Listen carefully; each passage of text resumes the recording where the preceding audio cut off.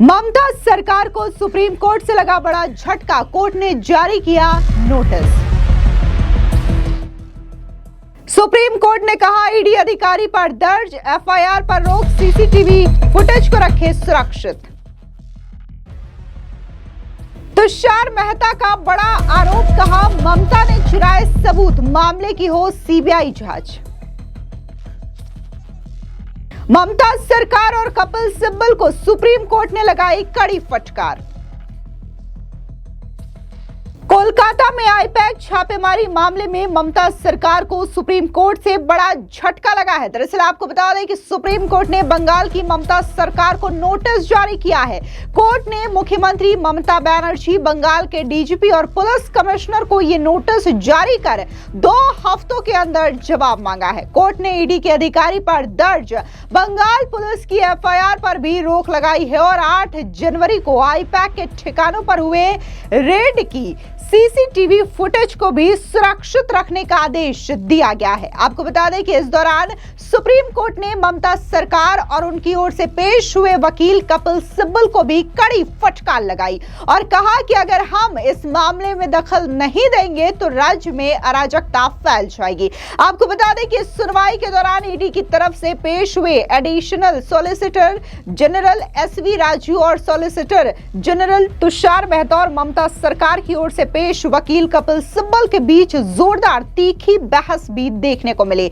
आपको बता दें कि जहां आज सुप्रीम कोर्ट से ममता बनर्जी को बड़ा झटका लगा है, तो इससे पहले कोलकाता हाई कोर्ट से भी ममता बनर्जी को बड़ा झटका लग चुका है। ममता बनर्जी की याचिका को बकायदा जो कोलकाता हाई कोर्ट है उसने खारिज कर दिया है और एक बार फिर से सुप्रीम कोर्ट से भी ममता सरकार को न सिर्फ बड़ा झटका लगा है बल्कि कड़ी फटकार भी कोर्ट की ओर से ममता बनर्जी और कपिल सिब्बल को लगाई गई है। बता दें कि जस्टिस प्रशांत कुमार मिश्रा और जस्टिस विपुल पंचोली की बेंच ने कहा कि सरकार ईडी के काम में दखल न डाले, एजेंसी को अपना काम करने दे। कोर्ट ने 3 फरवरी को अगली सुनवाई तक ईडी अधिकारियों के खिलाफ दर्ज एफआईआर पर भी रोक लगा दी है। सुप्रीम कोर्ट ने कहा कि इस मामले में कुछ बड़े सवाल हैं जिनका जवाब नहीं मिला तो अराजकता फैल सकती है। अगर केंद्रीय एजेंसियां किसी गंभीर अपराध की जांच के लिए ईमानदारी से अपना काम कर रही हैं तो क्या उन्हें राजनीति करके रोका जा सकता है? इस दौरान आपको बता दें कि ईडी की ओर से पेश हुए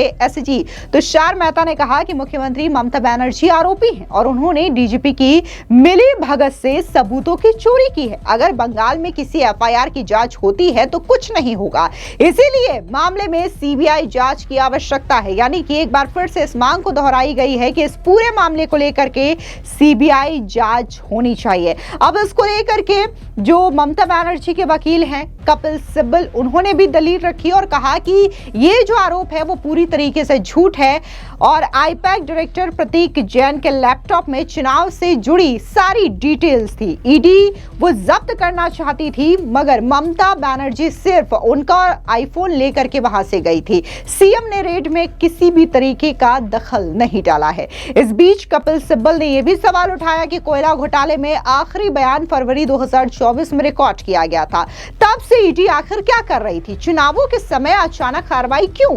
पश्चिम बंगाल में चुनाव का जिम्मा आईपैक के पास है। पार्टी ने 2021 में आईपैक के साथ एक कॉन्ट्रैक्ट किया था, उसके पास पार्टी की कई सारी जानकारियां मौजूद है। ईडी को सब पता है और चुनाव के बीच में वहां जाने की क्या जरूरत थी? जिसके बाद सुप्रीम कोर्ट ने भी कड़ी फटकार लगाते हुए यह सवाल किया कि पश्चिम बंगाल में चुनाव आईपैक करवाती है या चुनाव आयोग करवाती है। यानी कि जिस तरीके से कपिल सिब्बल अपनी दलील पेश करने की कोशिश कर रहे थे ममता सरकार के बचाव में, तो यहां से एक एक करके सुप्रीम कोर्ट की ओर से कड़ी फटकार जो है वो कपिल सिब्बल को लगाई गई। आपको बता दें कि ईडी की तरफ से बहस करते हुए सॉलिसिटर जनरल तुषार मेहता ने कहा कि 9 जनवरी को कोलकाता हाई कोर्ट भी भीड़ तंत्र का शिकार हो गई थी। हाई कोर्ट में वैसे वकीलों की भीड़ इकट्ठा की गई जिनका केस से कोई लेना देना नहीं था, जिसके कारण जस्टिस को सुनवाई स्थगित करनी पड़ी। जस्टिस प्रशांत प्रशांत मिश्रा और जस्टिस विपुल पंचोली की बेंच ने पूछा कि क्या हाईकोर्ट को जंतर मंतर में तब्दील कर दिया गया था। इसके अलावा आपको बता दें कि सॉलिसिटर जनरल तुषार मेहता ने कहा कि एक व्हाट्सएप संदेश में वकीलों को एक निश्चित समय पर अदालत आने के लिए कहा गया था, जिसकी वजह से ये अराजकता की स्थिति फैली और उसके बाद सुनवाई को टालना पड़ा। यानी कि यहाँ पर इस बात का भी जिक्र किया कि कैसे कोलकाता हाईकोर्ट में ममता बनर्जी की टीएमसी की ओर से भीड़ जुटाई गई और उसके बाद जो ईडी की याचिका पर सुनवाई हो रही थी उसे बाधित करने का प्रयास किया गया, जिसके बाद कोर्ट ने भी कहा कि क्या हाईकोर्ट को वहां पर जंतर मंतर बनाने की कोशिश की जा रही थी। अब जिस तरीके से ममता बनर्जी के खिलाफ नोटिस जारी किया गया है सुप्रीम कोर्ट से ममता सरकार को, यह बड़ा झटका लगा है और ईडी को राहत, तो इसको लेकर के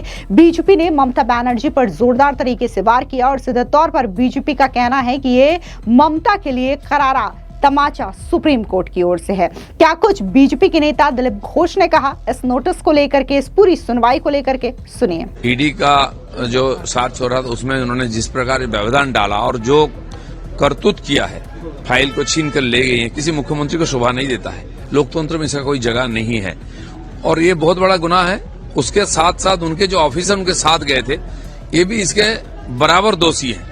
इसलिए सबको कटघरे में खड़ा करके विचार होना चाहिए कि बंगाल के लोग गणतंत्र क्या है भूल गए हैं। लोकतंत्र को नहीं रहेगा तो ना चुनाव हो पाएगा ठीक से, ना तो चुनाव का कोई मतलब रहेगा। इसलिए जो काम हुआ है सबका भरोसा अदालत पर ही है। मुझे लगता है कि सारा कोई निर्णय वही होगा। साथ में जो सीसीटीवी है उसको भी प्रिजर्व करने के लिए बोला गया है और ईडी के खिलाफ जो एफआईआर जो भी प्रक्रिया होता है इस प्रकार कामों में वो पूरा होना चाहिए। अदालत पूरा इसमें ध्यान देकर पूरा काम कराना चाहिए, नहीं तो यहाँ की सारे संस्थाओं का खत्मा हो गया है। बंगाल में किसी डिपार्टमेंट, कोई ना पुलिस डिपार्टमेंट ना कोई डिपार्टमेंट काम करता है। केंद्रीय संस्थाएं जो यहाँ की इंक्वायरी करते हैं और दोषियों को सजा देने का प्रयास करते हैं उसमें व्यवधान डाला जाता है। सीबीआई ऑफिसर को अरेस्ट करके थाना में ले जाया जाता है, बार बार उनके काम बाधा देना पड़ता है, सेंट्रल फोर्सेस मंगाना पड़ता है, उनके नेता मारपीट करते हैं और ये जो हुआ है अति हो गया है। इसका तो बराबर निर्णय होना चाहिए, न्याय होना चाहिए। वहीं दूसरी ओर बीजेपी के प्रवक्ता प्रदीप भंडारी ने ममता बनर्जी पर जोरदार तरीके से हमला बोलते हुए कहा कि सुप्रीम कोर्ट का आदेश ममता बनर्जी की टीएमसी सरकार के मुंह पर एक बड़ा तमाचा है। सुप्रीम कोर्ट ने पश्चिम बंगाल पुलिस द्वारा ईडी अधिकारियों पर दर्ज एफआईआर पर रोक लगा दी है। सुप्रीम कोर्ट ने पश्चिम बंगाल पुलिस की कार्रवाई को पहली नजर में कानून व्यवस्था की खराब स्थिति बताया। ममता बनर्जी का पीड़ित बनने का नाटक फेल हो गया है। टीएमसी और प्राइवेट कंपनी के साथ उनके भ्रष्ट कनेक्शन का पर्दाफाश हो रहा है। अब जिस तरीके से बीजेपी ममता बनर्जी पर हमलावर है, तो एक बार फिर से हम आपको समरी वाइज बता देते हैं कि आखिर सुप्रीम कोर्ट में आज की सुनवाई के दौरान क्या चीजें अहम रही। तो आपको बता दें कि आज सुप्रीम कोर्ट ने पहली नजर में यह माना है कि ईडी के कामकाज में सरकार की ओर से दखल दिया गया है। इसके अलावा ईडी अफसरों को बड़ी राहत मिली है। पुलिस की एफआईआर पर जांच पर रोक लगा दिया गया है। साथ ही 2 हफ्ते में सुप्रीम कोर्ट ने ममता सरकार, वहां के जो टॉप पुलिस अधिकारी हैं, उनसे जवाब मांगा है और इस पूरे मामले की जो अगली सुनवाई है वो आने वाली 3 फरवरी को होगी। अब देखना दिलचस्प होगा कि जो आज कोर्ट की दलीलें हैं, जहां पर ममता बनर्जी पर गंभीर आरोप लगे हैं कि कैसे वो बकायदा सबूत चुरा करके वहां से भागी है, सबूतों को छीन करके वहां से भागी है, तो इसको लेकर के क्या कुछ जवाब ममता बनर्जी की ओर से पेश किया जाता है। फिलहाल इस पूरी खबर पर आपकी क्या राय है, कमेंट सेक्शन में जरूर बताएं। धन्यवाद।